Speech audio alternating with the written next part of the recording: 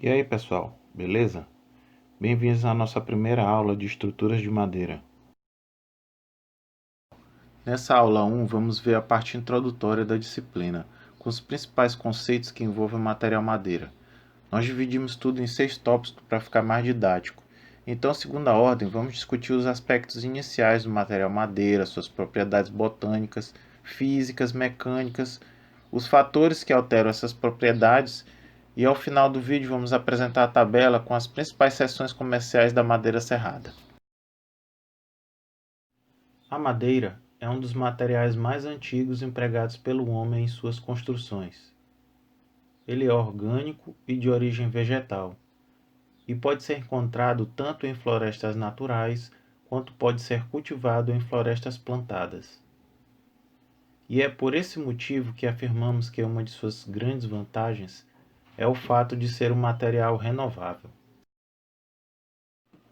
Por se tratar de um material muito versátil, a madeira ela pode ser empregada para diversos fins, tais como combustível, material de construção, confecção de mobiliário, veículos, armas, utensílios, entre tantos outros.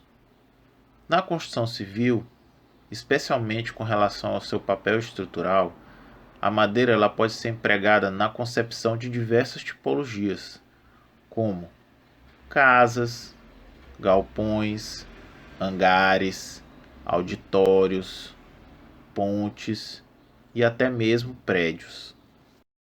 Alguns de vocês podem estar se perguntando: bem, se o material madeira ele é tão bom, por que ele é tão subutilizado assim na nossa construção?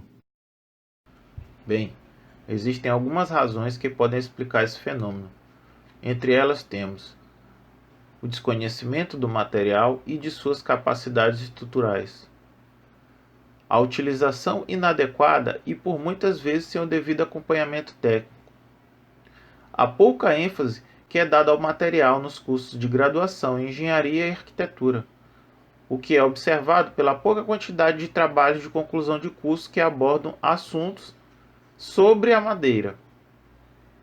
Há também falta de projetos específicos e bem elaborados, assim como profissionais que dimensionem adequadamente projetos em estruturas de madeira. Existe também o grande investimento em pesquisas encomendadas pela indústria do aço e do concreto, o que acaba exaltando esse tipo de construção. Por fim, temos também a disseminação equivocada de conceitos sobre a utilização da madeira e a conservação ambiental, como se utilizar a madeira fosse trazer sérios danos ao meio ambiente, quando é sabido que existe toda uma legislação a respeito do uso adequado e sustentável do material. Vamos conhecer um pouco sobre as vantagens e desvantagens do material. Como vantagem, temos que, primeiro, a madeira é um material que resiste muito bem aos esforços de tração e compressão em função do alinhamento de suas fibras. Ela também tem uma resistência mecânica elevada em relação ao seu peso próprio, como vocês podem ver na tabela. Também é um material seguro do ponto de vista do trabalho, já que não é tóxico, é relativamente leve e não demanda grandes proteções no seu manuseio. Também tem boa resistência ao choque e a cargas dinâmicas. É um material simples de se trabalhar e com técnicas de manuseio mundialmente conhecidas. A madeira também é um bom isolante térmico. Não é à toa que ela é empregada na maioria das habitações nos locais de clima mais frio, pois o calor fica retido muito mais tempo em construções em madeira do que nos demais tipos de construção. A madeira também tem baixo impacto ambiental, já que sua extração e processo industrial tem baixo consumo energético, além de causar pouca degradação se realizado dentro dos limites legais. O cimento, por exemplo, demanda uma grande quantidade de extração de jazidas de argila e calcário, além de um enorme consumo energético para a queima dos materiais, gerando inclusive bastante poluição do ar.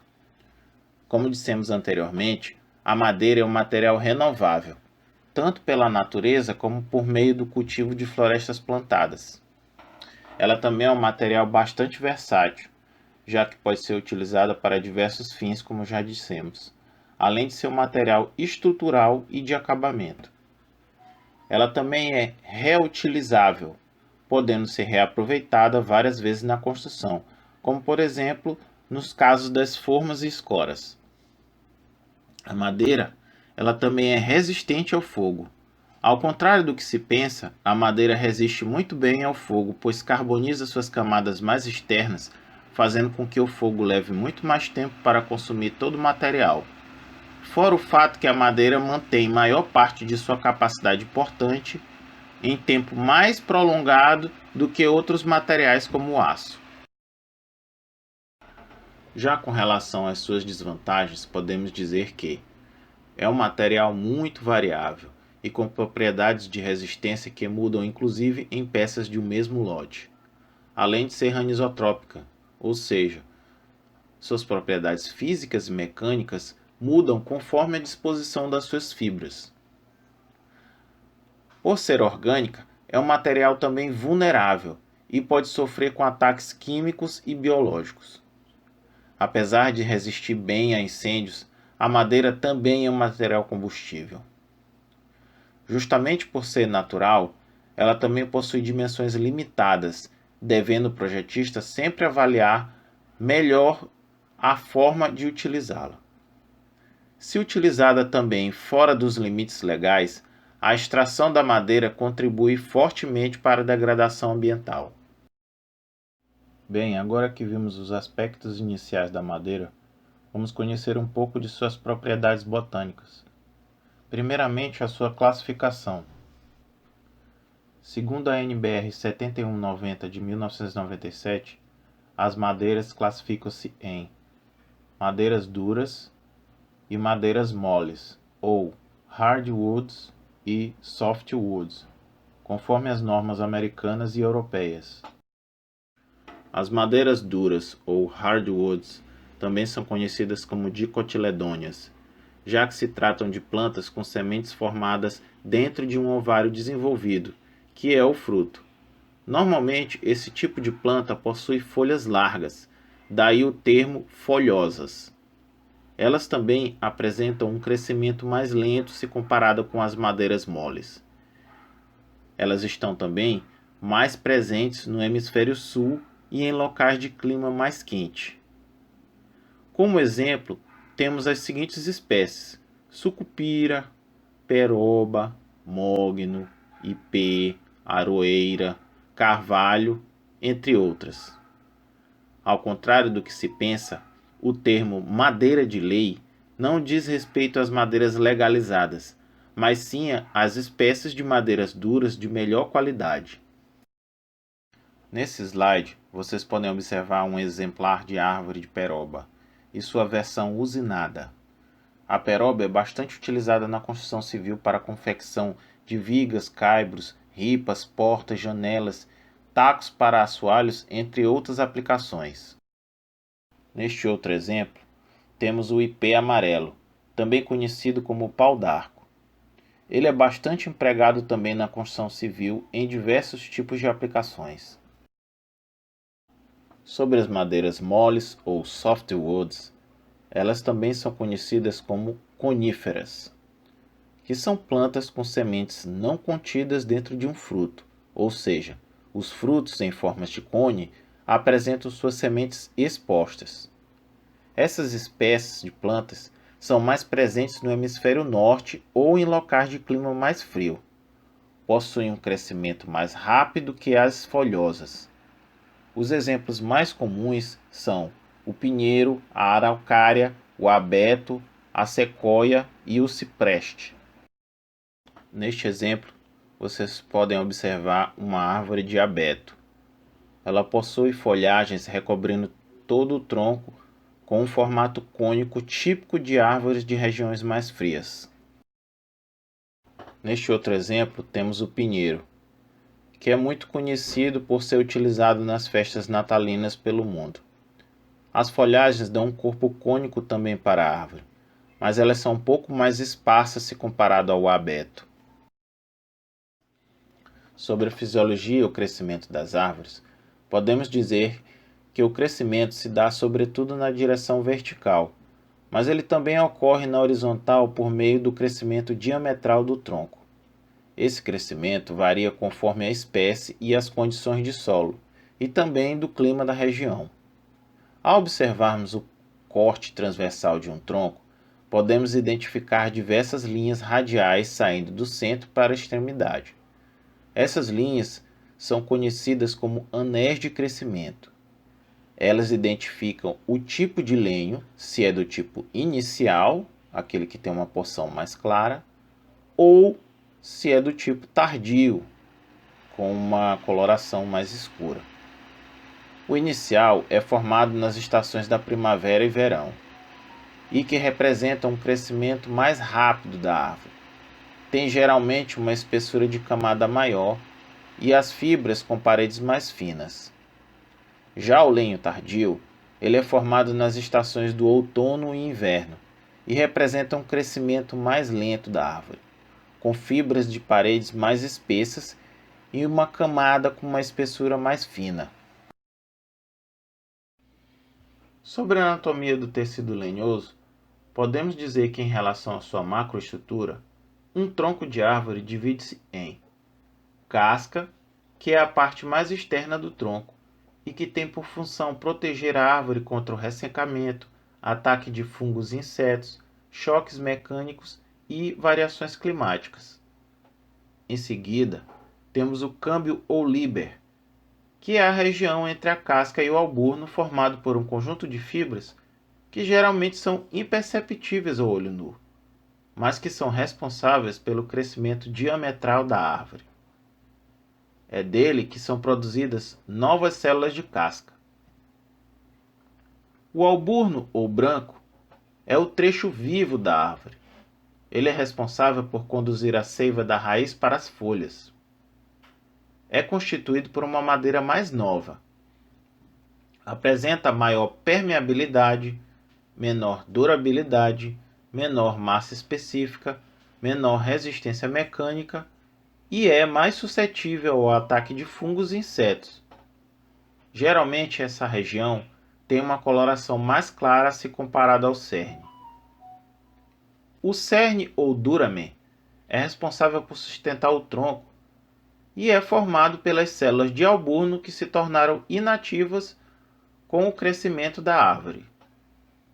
Ele possui uma maior massa específica, menor permeabilidade, maior resistência mecânica e ao ataque de fungos e insetos, além de possuir uma coloração mais escura que o alburno. A medula é o tecido central mole e primitivo da madeira. Possui menor resistência mecânica e ao ataque biológico. Falando agora sobre a microestrutura da madeira, suas células, como sabemos, são chamadas de fibras. Elas são como tubos de paredes finas alinhadas na direção axial do tronco e coladas entre si. A excelente relação resistência-peso da madeira pode ser explicada justamente pela eficiência estrutural das células fibrosas ocas. Normalmente essas células possuem seção arredondada ou retangular. Existem ainda outras estruturas como os vasos, raios medulares e traqueídeos. Entretanto, não iremos detalhar cada uma dessas estruturas, já que a mais importante para o nosso curso é a fibra. Sobre as características químicas, podemos dizer que a madeira apresenta como componente orgânico elementar o CH2O, um radical monossacarídeo formado a partir da fotossíntese da planta. Em sua composição química, a madeira apresenta grande quantidade de carbono, em torno de 50%, além de oxigênio, hidrogênio e outros elementos. Em termos moleculares, a madeira apresenta basicamente três componentes: a celulose, que é um polímero de glicose e que representa 50% da madeira, formando filamentos que reforçam as paredes das fibras longitudinais. A hemicelulose, que também é um polissacarídeo que, junto com a celulose, forma as paredes das fibras. E por fim, temos a lignina, que é uma macromolécula que funciona como um cimento, provendo rigidez e resistência à compressão às paredes das fibras. A importância de se conhecer as propriedades físicas da madeira reside no fato de que elas exercem grande influência no desempenho e na resistência do material. Podemos destacar os seguintes fatores que influenciam nas características físicas, entre eles: a classificação botânica, o solo e o clima da região de origem da árvore, a fisiologia da árvore, a anatomia do tecido lenhoso e a variação da composição química. Devido a esse grande número de fatores, os valores numéricos das propriedades da madeira, obtidos por meio de ensaios de laboratório, variam apresentando grande dispersão, o que pode ser corrigido por meio da distribuição de Gauss.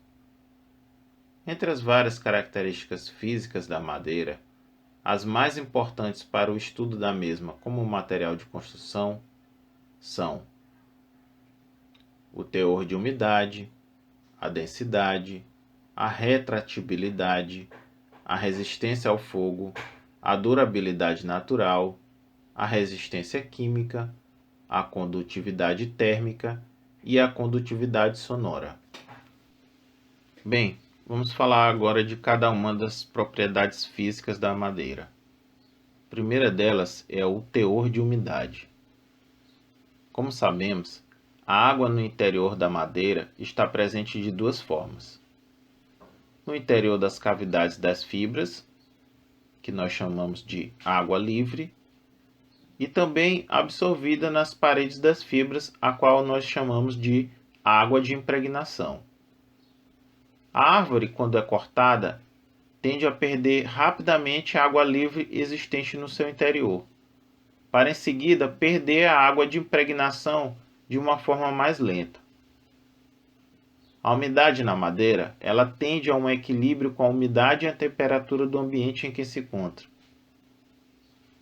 O teor de umidade correspondente ao mínimo de água livre e ao máximo de água de impregnação, nós chamamos de ponto de saturação das fibras, ou PSF. Para as madeiras brasileiras, esse PSF encontra-se em torno de 25%. A perda de água na madeira até o ponto de saturação das fibras se dá sem a ocorrência de problemas maiores para a estrutura da madeira. A partir desse ponto, a perda de umidade vem acompanhada pela retração e o aumento da resistência. Por isso, a secagem deve ser executada com cuidado para se evitarem problemas na madeira. Vale lembrar também que a umidade influencia na densidade da madeira. Para fins de aplicação estrutural, para a classificação das espécies, a norma brasileira especifica a umidade de 12% como valor de referência para a realização de ensaios e valores de resistência nos cálculos. Para aplicações em cálculo, o teor de umidade pode ser expresso pela fórmula abaixo, onde P1 é o peso da madeira úmida e P2 é o peso da madeira seca. Com relação à densidade, a norma brasileira apresenta duas definições. A primeira delas é chamada de densidade básica, que é a razão entre a massa seca e o volume saturado, e que pode ser utilizado para fins de comparação com valores apresentados na literatura internacional. A segunda é chamada densidade aparente, que é determinada para uma umidade padrão de referência de 12%, e é utilizada para a classificação da madeira e nos cálculos de estruturas. Definimos retratibilidade como sendo a modificação das dimensões em uma peça de madeira pela entrada ou saída de água.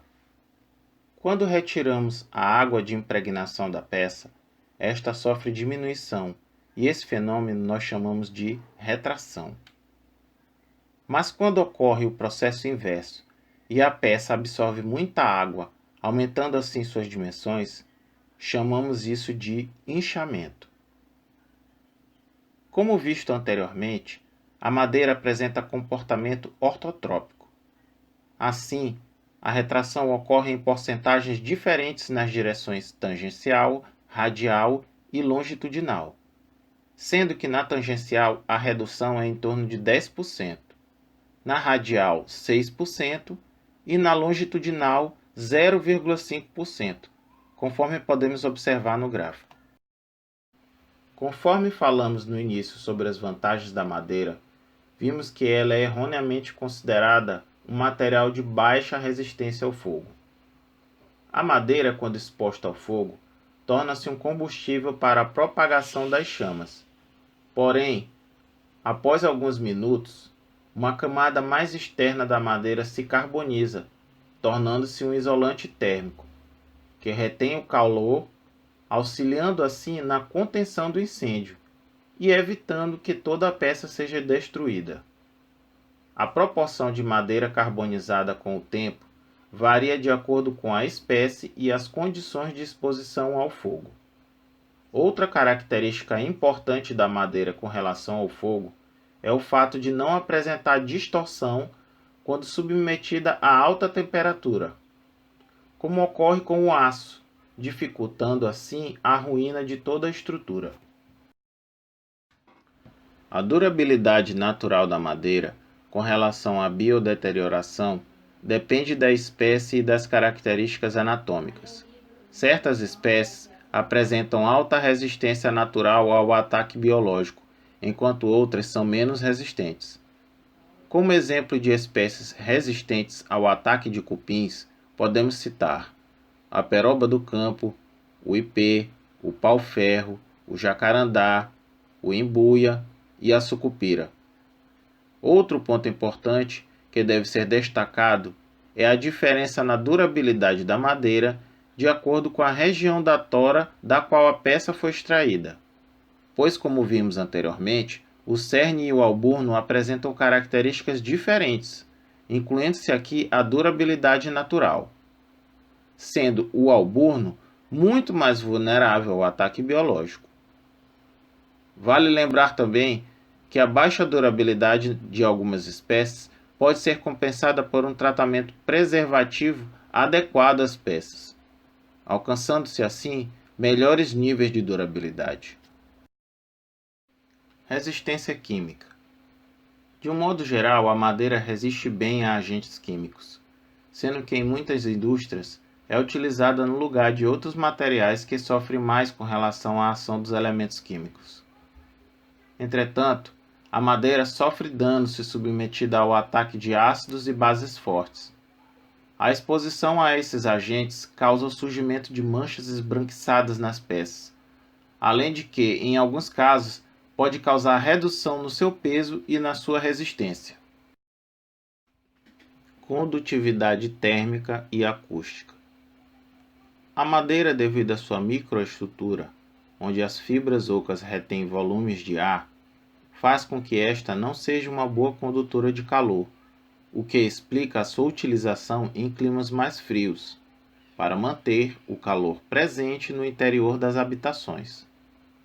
Para exemplificar essa baixa condutividade térmica da madeira, podemos citar elementos presentes no nosso cotidiano, como o espeto para churrasco, o palito de fósforo, a colher de pau, entre outros.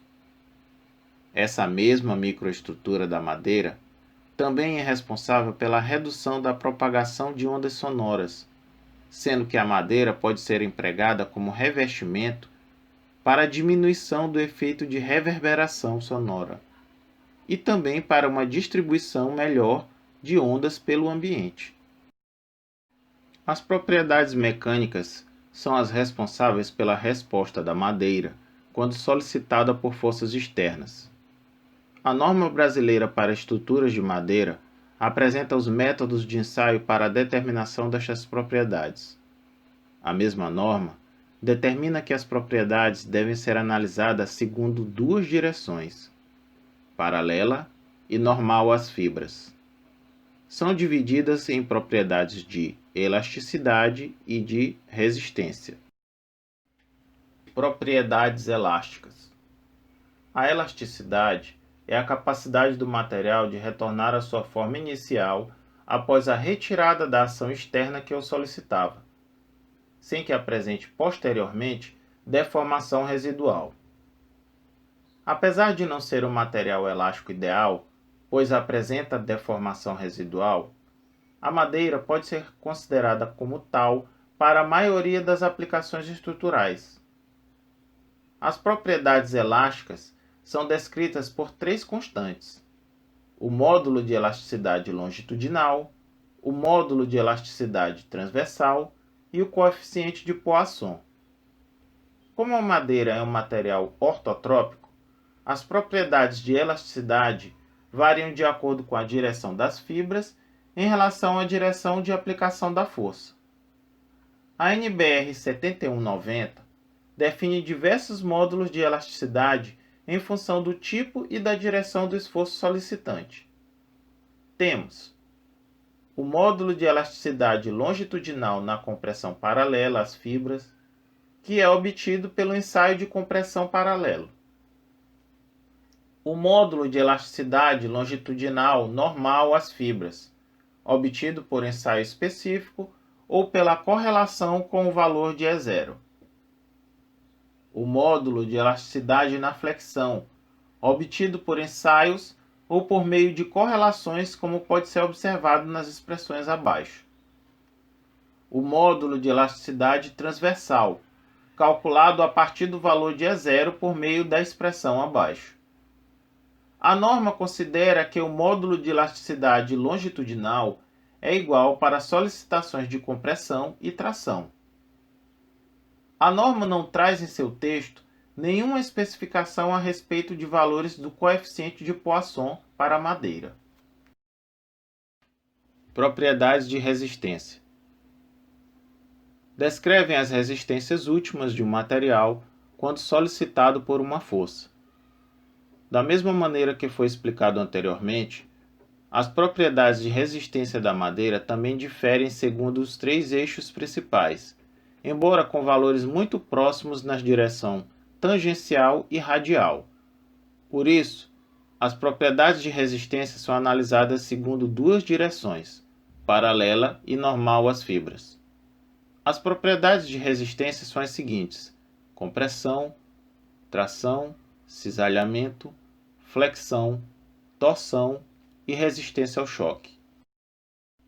Compressão se dá basicamente de três formas: paralela às fibras, compressão normal às fibras e a compressão inclinada.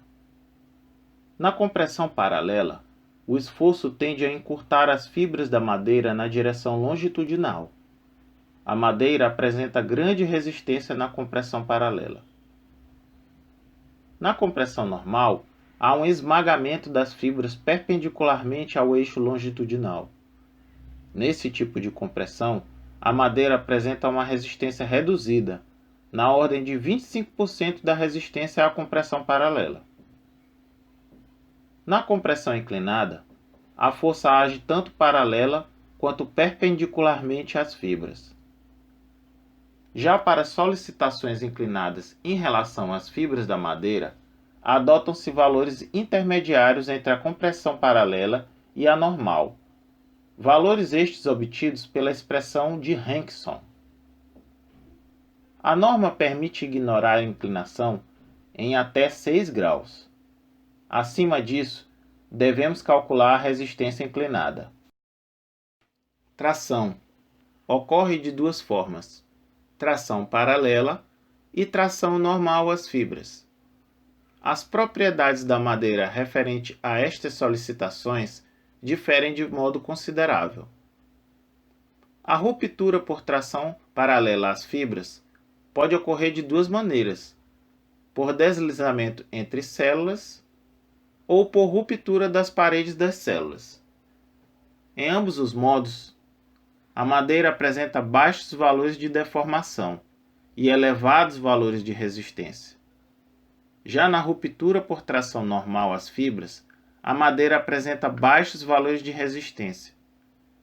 Na tração, de forma análoga à compressão normal, os esforços agem na direção perpendicular ao comprimento das fibras, tendendo a separá-las, alterando assim significativamente a sua integridade estrutural e apresentando baixos valores de deformação. Deve-se evitar, para efeito de projetos, a consideração da resistência da madeira quando solicitada a atração na direção normal às fibras. Cisalhamento. Ocorrem 3 tipos de cisalhamento em peças de madeira.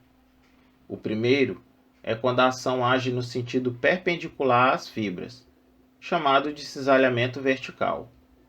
Este tipo de solicitação não é o mais crítico na madeira, pois antes de romper, a peça já apresentará problemas de resistência na compressão normal.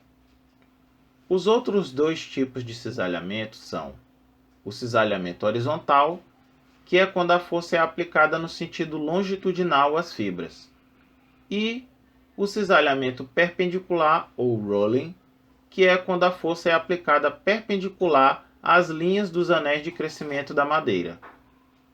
O caso mais crítico é o do cisalhamento horizontal, já que este leva à ruptura pelo escorregamento entre as células de madeira. Já o cisalhamento rolling produz uma tendência de as células rolarem umas sobre as outras. Quando a madeira sofre esforço de flexão simples, ocorrem 4 tipos de esforços: compressão paralela às fibras, tração paralela às fibras, cisalhamento horizontal e, nas regiões dos apoios, compressão normal às fibras. A ruptura em peças de madeira solicitada à flexão ocorre pela formação de minúsculas falhas de compressão seguidas pelo desenvolvimento de enrugamentos de compressão macroscópicos. Este fenômeno gera o aumento da área comprimida na seção e a redução da área tracionada, podendo, eventualmente, romper por tração. Outras propriedades. Basicamente, temos mais 2 propriedades relativas à resistência da madeira. A primeira delas é a torção. As propriedades da madeira solicitadas por torção são muito pouco conhecidas. A norma brasileira recomenda evitar a torção de equilíbrio em peças de madeira, em virtude do risco de ruptura por tração normal às fibras decorrente do estado múltiplo de tensões atuantes. Já a segunda propriedade é a resistência ao choque. Esta é a capacidade do material de absorver rapidamente energia pela deformação. A madeira é considerada um material de ótima resistência ao choque.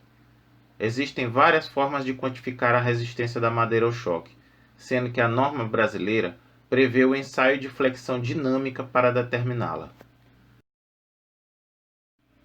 Fatores que alteram as propriedades. Pelo fato da madeira ser um material de origem biológica, ela está sujeita a variações na sua estrutura que podem acarretar mudanças nas suas propriedades. Estas mudanças são resultantes de 3 fatores principais: fatores anatômicos, ambientais e de utilização. Fatores anatômicos. O primeiro deles é a densidade. Quanto maior a densidade, maior é a quantidade de madeira por volume e, como consequência, a resistência também aumenta. Alguns cuidados devem ser tomados com os valores de densidade, pois a presença de nós, resinas e extratos podem aumentar a densidade sem, contudo, contribuir para uma melhoria significativa na resistência. Temos também a inclinação das fibras, que tem uma influência considerável sobre as propriedades da madeira a partir de certos valores. Esta inclinação descreve o desvio da orientação das fibras da madeira em relação a uma linha paralela à borda da peça. A norma brasileira permite desconsiderar a influência da inclinação das fibras para ângulos de até 6 graus. A partir deste valor, deve-se verificar a variação das propriedades da madeira pela fórmula de Rankson, conforme explicamos anteriormente. Os nós são originários dos galhos existentes nos troncos da madeira após o desbaste dos mesmos. Existem dois tipos de nós, os soltos e os firmes. Ambos reduzem a resistência da madeira pelo fato de interromperem a continuidade e a direção das fibras. Também podem causar efeitos localizados de tensão concentrada. A influência de um nó depende do seu tamanho, localização, forma, firmeza e do tipo de tensão considerada. No geral, os nós têm maior influência na tração do que na compressão. As falhas naturais da madeira. Existem dois tipos de falhas principais que podem ocorrer devido à natureza da madeira. A primeira delas está relacionada com o encurvamento do tronco e dos galhos durante o crescimento da árvore, alterando assim o alinhamento das fibras e podendo influenciar na sua resistência. Outro fator a ser observado é a presença de alborno, que por suas próprias características físicas apresentam valores de resistência menores. Há também a presença de medula. Quando a peça serrada contém a medula, provoca a diminuição da resistência mecânica e facilita o ataque biológico. Podem também surgir rachaduras no cerne próximos à medula, decorrente de fortes tensões internas devido ao processamento. Por fim, temos as faixas de parênquima. Estas têm baixa densidade e pouca resistência mecânica. Quando presente em elementos submetidos à compressão, estes podem entrar em ruína por separação dos anéis. Ataques biológicos. Estes defeitos surgem dos ataques provenientes de fungos ou insetos. Os insetos causam as perfurações, que podem ser pequenas ou grandes. Já os fungos causam manchas azuladas e podridões, clara ou parda, conforme ilustrado abaixo. Defeitos de secagem. São originados pela deficiência dos sistemas de secagem e armazenamento das peças. Podem ser encanoamento, arqueamento, encurvamento, torcimento e rachadura, conforme mostra as ilustrações abaixo. Dimensões comerciais da madeira serrada. Por fim, para encerrarmos essa aula, temos essa tabela que servirá para os cálculos de dimensionamento de estruturas de madeira, que mostra as principais seções comerciais de madeira serrada conforme o tipo de peça.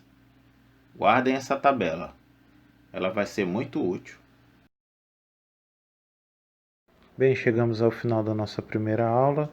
Eu espero que todos tenham gostado e agradeço a paciência de todos. Então, até a próxima, pessoal. Valeu!